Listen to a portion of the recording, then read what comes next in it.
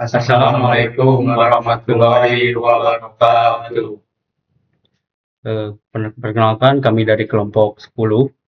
Di sini kami akan menjelaskan atau mempresentasikan hasil dari tugas mengenai joining dan welding. Jadi yang kami pilih itu submarket arc welding. Dalam PPT ini kami membagi lagi sub menjadi beberapa sub dari tugas yang sudah diberikan, yaitu mengenai metode, analisis, background, dan juga result. Kami buat menjadi beberapa subjudul lagi. Untuk perkenalan terlebih dahulu, perkenalkan, nama saya Muhammad Yasbi Azali. Nama saya Syefa Nugraha. Nama saya Nabil Arsena. Nama saya Alan Purnama.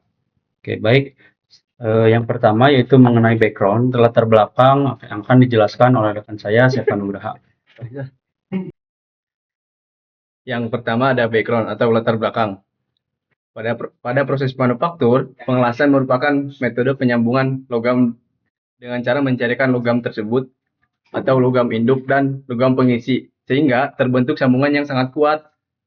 Tujuannya untuk pengelasan ini dalam konteks ini untuk meningkatkan efisiensi produksi, bukan untuk konstruksi utama yang menanggung beban yang besar atau biaya yang besar. Salah satu metode yang digunakannya adalah submerged arc welding atau SAW, yang umumnya diterapkan oleh pengelasan bawah laut karena mampu menghasilkan penetrasi las yang sangat baik dan stabil. Oleh karena itu, pemahaman prosedur SAW atau submerged arc welding sangat penting untuk memastikan kualitas yang sangat baik dan menjaga keselamatan kerja serta menentukan pemilihan elektroda yang sesuai agar proses pengelasan tersebut berjalan dengan optimal. Baik, selanjutnya saya akan menjelaskan tentang sejarah dan perkembangan SAW atau submerged arc welding. Nah, teknologi submerged arc welding ini berkembang seiring kemajuan material dan tuntunan pekerjaan di lapangan. Metode pengelasan ini modern, mulai dikenal pada awal abad ke-20 dan digunakan secara luas saat Perang Dunia yang Kedua. Untuk produksi massal, submerged arc welding ini atau SAW merupakan proses pengelasan otomatis yang dipatenkan pada tahun 1935 dan hingga kini digunakan karena efisiensi serta menghasilkan kualitas las yang sangat baik dan optimal. Selanjutnya ada peralatan dan benda alas yang akan dipresentasikan atau dijelaskan oleh rekan saya, Aldan Purnama. Nah, baik, selanjutnya ada peralatan dan benda las. Nah, teman-teman, ini peralatan dan benda las yang yang dipakai gitu untuk pengelasan di bawah laut atau bisa dibilang submerged arc welding. Nah, pada saat ini juga menampilkan peralatan utama gitu. Sebenarnya banyak mungkin ya peralatan-peralatan yang lain yang lebih kompleks gitu. Cuman itu yang utama gitu dan mungkin umumnya digunakan gitu. Nah, lalu pada gambar pertama ada trafo pengatur tegangan arus. Nah, benda ini tuh berfungsi untuk mengatur besar kecilnya arus listrik agar proses pengelasan itu stabil dan sesuai dengan kebutuhan material. Nah, lalu gambar kedua ada gulungan kawat elektroda yang berperan sebagai bahan pengisi logam saat proses pengelasan berlangsung. Nah, peralatan berikutnya yaitu ada flux hopper yang berfungsi sebagai tempat penyimpanan flux sebelum dialirkan ke area las. Nah, jadi si flux ini juga melindungi kolam las dari kontaminasi udara. Nah, lalu gambar selanjutnya ada tabung pengumpul flux. Nah, masih ada kaitannya dengan benda yang sebelumnya ya. Nah, si benda itu berfungsi berfungsi untuk menampung flux sisa agar dapat digunakan kembali gitu nantinya. Jadi mungkin bisa lebih efisien juga. Nah, lalu selanjutnya peralatan selanjutnya ada motor pengumpan kawat. Motor pengumpan kawat ini berfungsi untuk mendorong kawat elektroda secara kontinu menuju titik pengelasan dengan kecepatan yang terkontrol. Nah, terakhir ada kabel elektroda. Kabel elektroda ini tuh fungsinya menyalurkan arus listrik dari mesin las ke elektroda itu sendiri sehingga proses pengelasannya tuh dapat berjalan dengan baik. Nah, begitu. Nah, mungkin lanjut ya teman-teman ke slide berikutnya. Nah, di sini ada parameter. Nah, parameter SAW atau parameter submerged arc welding. Nah, slide ini tuh menjelaskan parameter utama yang memengaruhi kualitas hasil pengelasan pada proses submerged arc welding atau SAW itu sendiri. Parameter pertama yaitu ada di sini bisa dilihat juga ada arus listrik. Arus listrik apa ya?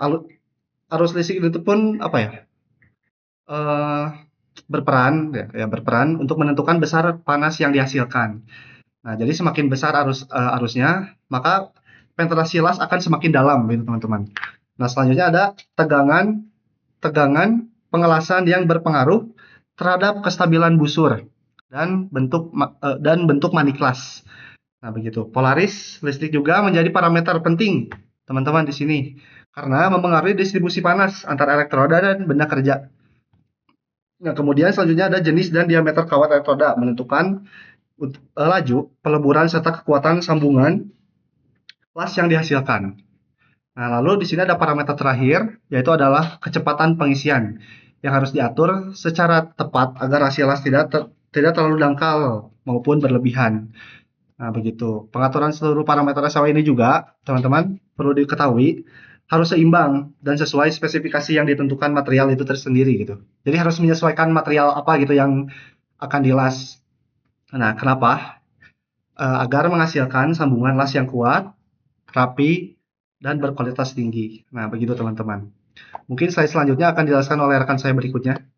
Terima kasih teman-teman. Nah, baik teman-teman, di sini saya akan melanjutkan apa yang sudah dijelaskan oleh rekan saya tadi ya. Nah, bagian yang saya akan jelaskan yaitu mengenai prinsip kerja dari submerged arch welding atau SAW tersebut. Nah, yaitu di mana prinsip dari kerja submerged arch welding adalah proses pengelasan yang menggunakan busur listrik yang terjadi di antara kawat. Nah, kawatnya itu bernama elektroda, teman-teman.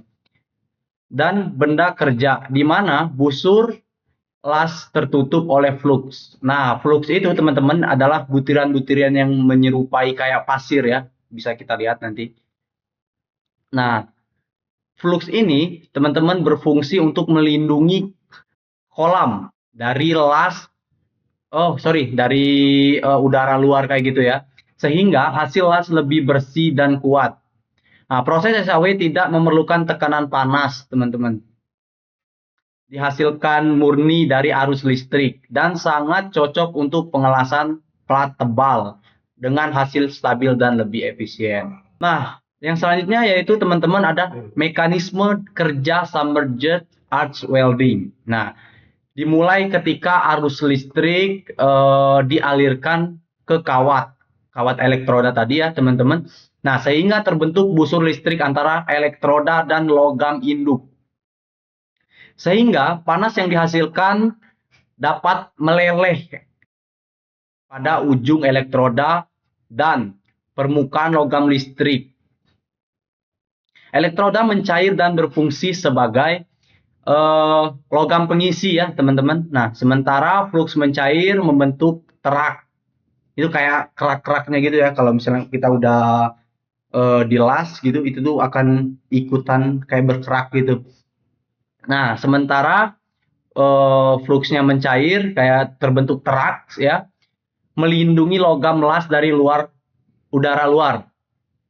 Nah, dengan kecepatan yang dapat diatur sehingga menghasilkan sambungan las yang stabil, kuat, dan berkualitas tinggi. Nah, mungkin segitu saja teman-teman dari prinsip kerja submerged arch welding sampai mekanisme kerja submerged arch welding. Nah, yang selanjutnya akan disampaikan oleh rekan saya selanjutnya. Terima kasih. Baik, selanjutnya saya akan melanjutkan penjelasan yang tadi sudah dijelaskan oleh teman-teman saya saya akan melanjutkan yaitu ke metode pengelasan. Mungkin sebelum masuk ke metode pengelasannya, saya akan sedikit disclaimer dulu bahwa tadi juga banyak disebutkan oleh teman-teman saya mengenai elektroda. Nah, jadi si elektroda ini itu merupakan penghubung antara alat mesin las ke logam yang dilas itu. Nah, lanjut masuk ke pembahasan yaitu tentang metode pengelasan. Yang pertama itu ada metode single wire. Nah, metode single wire ini itu pengelasan submerged arc welding yang menggunakan satu kawat elektroda. Nah, proses pengelasannya itu berlangsung secara stabil karena si sistemnya itu sangat-sangat sederhana dan juga mudah dikontrol ya.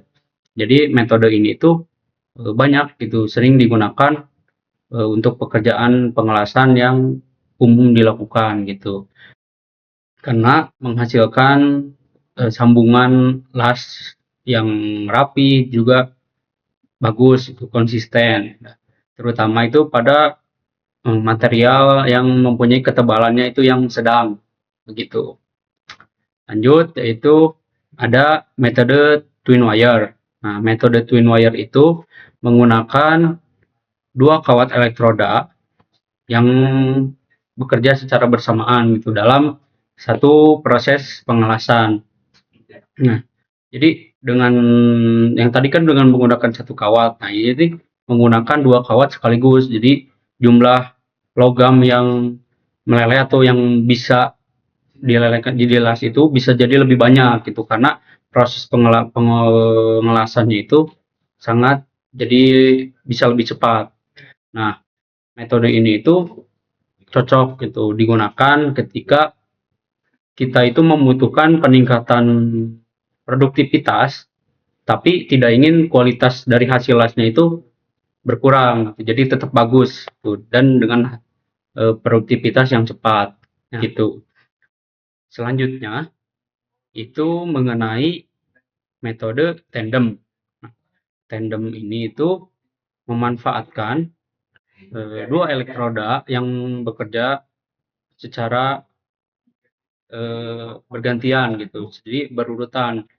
Tuh. Nah, elektroda yang pertama itu memiliki fungsi seperti untuk menghasilkan penetrasi yang baik.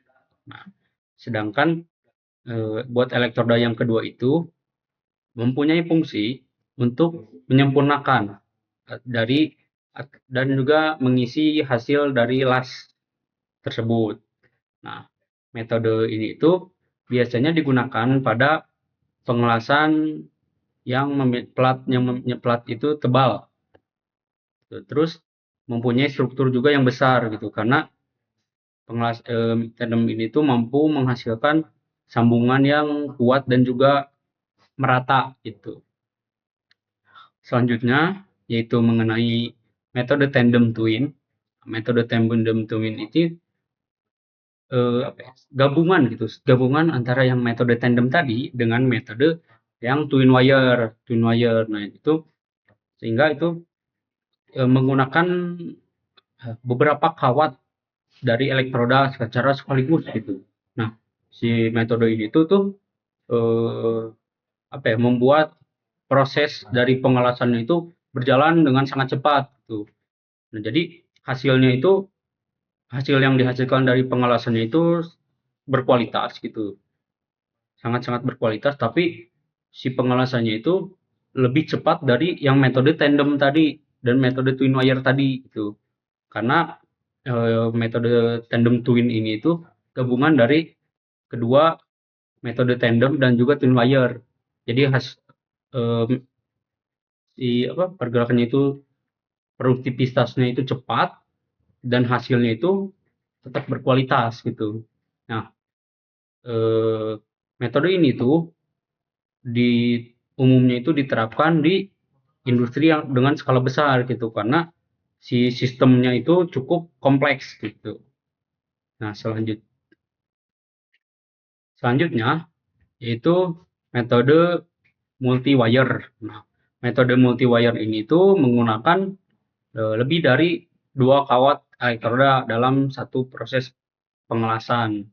Nah, penggunaannya itu dengan banyaknya kawat yang membuat pengelasannya itu jadi sangat-sangat efisien. Nah, yang tadi kan udah cepat, udah lebih cepat dari yang tandem twin.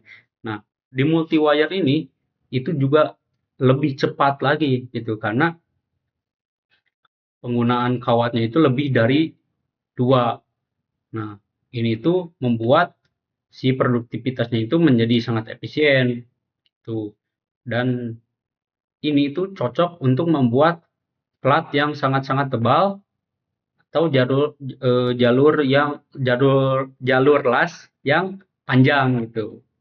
Tapi metode ini tuh memerlukan pengaturan yang lebih rumit dan juga membutuhkan peralatan yang khusus gitu. Mungkin itu penjelasan mengenai metode pengelasan. Selanjutnya saya akan menjelaskan mengenai kelebihan dan kekurangan dari submerged earth welding. Nah, yang pertama itu kelebihan yaitu tidak menghasilkan percikan logam atau sinar busur karena proses berlangsungnya itu di bawah timbunan flux. Nah, saya disclaimer lagi bahwa tadi juga sudah dijelaskan oleh rekan saya bahwa flux itu adalah seperti pasir yang melindungi logamnya tadi dari jadi dalam hal ini itu tidak menghasilkan percikan logam atau sinar busur itu karena pengelasan yang dilakukan itu di bawah lapisan flux gitu. Jadi si busur listriknya itu tertutup. Nah, yang menyebabkan tidak menimbulkan percikan dari logam maupun menghasilkan cahaya yang menyilaukan. Jadi tidak menghasilkan keduanya tadi. Nah, selanjutnya yaitu yang kedua, efisiensi tinggi.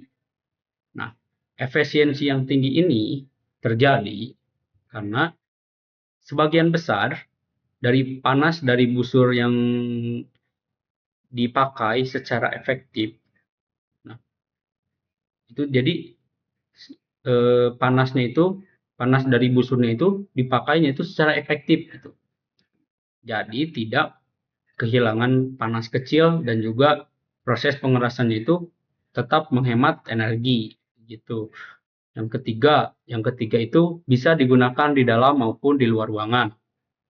Nah, lapisan flux ini yang melindungi si kolam las dari udara luar, kan itu kan tugas dari fluxnya itu melindungi dari udara luar. Nah, lapisan flux ini melindungi dari udara luar sehingga si prosesnya itu tetap stabil meskipun digunakan di luar ruangan gitu. Kecepatan yang keempat yaitu kecepatan pengelasan tinggi cocok untuk plat datar, silinder pipa dan pelapisan permukaan. Nah, dalam hal ini itu proses dari pengelasan itu berjalan otomatis gitu sehingga waktu dari pengelasannya itu lebih singkat dan cocok untuk produksi massal. Jadi kita dapat memproduksi dalam jumlah banyak karena si prosesnya itu dilakukan secara otomatis begitu. Yang kelima itu cocok untuk hasil las memiliki kadar hidrogen yang lebih rendah. Flux ini, yang tadi flux yang melindungi logam ini itu membantu, tidak hanya melindungi, jadi dia juga membantu untuk menekan kadar hidrogen. Nah, jadi sehingga resiko terjadinya retak dari pengelasan ini itu menjadi lebih kecil. Nah, itu juga salah satu dari kelebihan dari flux tadi. Selanjutnya, kita masuk ke kekurangan dari submerged earth welding ini. Nah, yang pertama, di sini itu posisi pengelasan terbatas pada datar dan horizontal. Nah, ini itu menjadi kekurangan karena submerged arc welding umumnya itu hanya bisa dilakukan pada posisi yang datar dan juga horizontal. Karena fluxnya tadi yang melindungi itu mudah tumpah jika berada di posisi yang lain, begitu. Yang kedua, yaitu tidak cocok untuk baja karbon tinggi, tool steel, dan juga sebagian besar logam non-ferro. Nah, dalam hal ini tuh metode submerged arc welding ini kurang sesuai untuk baja karbon tinggi. Nah, karena baja bukan hanya baja karbon tinggi, tapi juga baja perkakas dan sebagian besar logam non-ferro itu kan tidak cocok untuk material tersebut. Nah, yang ketiga itu proses cukup rumit karena memerlukan flux, penahan flux, dan juga perlengkapan tambahan. Nah, proses ini tuh pengelasan submerged arc welding ini tuh membutuhkan sistem penanganan flux, mesin otomatis, serta perlengkapan tambahan lainnya. Jadi si ini tuh sangat rumit karena membutuhkan peralatan yang relatif cukup kompleks lah itu. Yang keempat yaitu flux bisa mencemari logam cair dan juga menyebabkan cacat las. Nah, flux itu sebenarnya 50-50. Bisa kadang ya dia itu melindungi, tapi kalau misalkan flux ini tuh memiliki akibat atau resiko juga terhadap cacatnya benda logam tadi. Karena jika fluxnya itu tercampur ke dalam logam yang berbentuk cair atau logam yang tidak dikontrol dengan baik gitu, itu tuh si flux ini tuh dapat menyebabkan cacat pada hasil las tersebut, begitu. Yang terakhir yaitu ada logam induk harus homogen dan bebas kontaminan untuk hasil las yang baik. Nah, jadi permukaan benda kerja yang itu tuh harus logam induknya itu harus bersih karena permukaan benda kerjanya itu harus bebas dari minyak, dari karat atau dari kotoran agar jadi kan suka kadang-kadang mungkin dari industri besar kadang-kadang ada yang mungkin tidak bersih atau apa. Nah, itu tuh sebisa mungkin kita menghindari agar si logam induknya itu harus tetap bersih gitu. Karena jika tidak kan nanti berpengaruh ke hasilnya dari pengelasan itu. Nah, kita juga berusaha untuk si logam induknya harus bersih itu agar kualitas dari sambungan lasnya itu tetap baik begitu. Mungkin itu yang bisa saya sampaikan mengenai kelebihan dan kekurangan. Terima kasih. Baik, mungkin sekian penyampaian kami mengenai submerged arc welding. Kami mohon maaf jika masih banyak kekurangan. Kami akan menjadikan itu sebuah pelajaran untuk kedepannya agar bisa menjadi lebih baik lagi. Sekian dari kami. Assalamualaikum warahmatullahi wabarakatuh.